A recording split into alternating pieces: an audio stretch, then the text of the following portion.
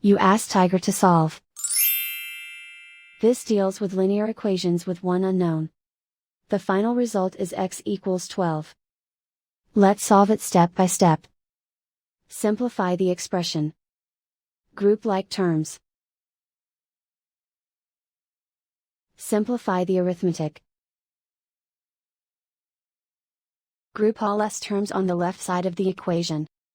Subtract 4x from both sides. Group like terms.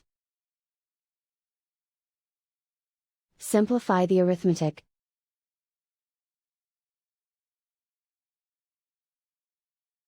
Group all constants on the right side of the equation. Add 48 to both sides. Simplify the arithmetic.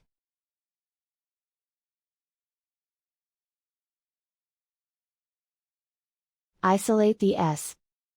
Divide both sides by 4. Simplify the fraction.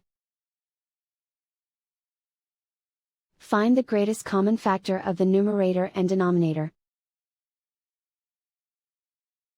Factor out and cancel the greatest common factor. And so the final result is x equals 12.